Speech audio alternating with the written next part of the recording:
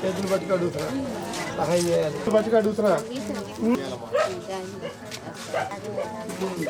సహాయం చేయాలి. మరి ఉంటా మరి చేతులు పట్టుకు అడుగుతున్నా. ఓటు పొద్దున ఓటు వేయండి, ఓటు మాత్రం ఇస్తాం సార్.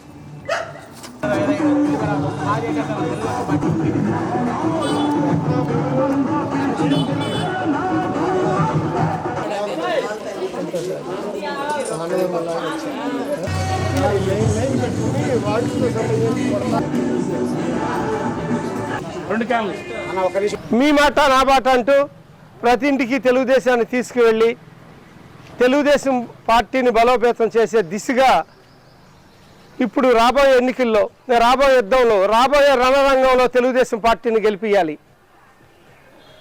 ఆ గెలిపించాలంటే ప్రతి ఇంటికి వెళ్ళి మన మేనిఫెస్టో గురించి తెలియజేయాలి. మేనిఫెస్టో గురించి తెలియజేస్తున్నాం. ఆడబిడ్డ భద్రత గురించి తెలియజేస్తున్నాం. ఇప్పుడు వైసీపీ అరాచకాలు, అవినీతి గురించి తెలియజేస్తున్నాం.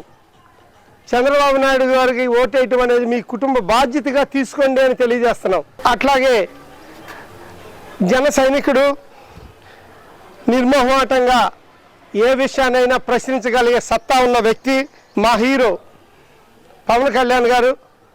అలాగే ముందు చూపు, నిజాయితీ, చిత్తశుద్ధి కలిగిన శ్రమన్న నాయకుడు నారా చంద్రబాబు నాయుడు గారు కలిసికట్టుగా ఆంధ్ర రాష్ట్ర క్షేమం కోసం తెలుగుదేశం పార్టీని ఇటు జనసేనని కలిపి పొత్తుతో శ్రీకారం చుట్టారు. అలాగే ఇప్పుడు తెలుగుదేశం పార్టీ, జనసేన పార్టీ రెండు వేరు కాదు, రెండు ఒకటే అని ప్రతి ఇంట్లో తెలియజేస్తూ ఉన్నాం. రాబోయే కాలంలో జనసేన తెలుగుదేశం సంకీర్ణం రాబోతున్నది.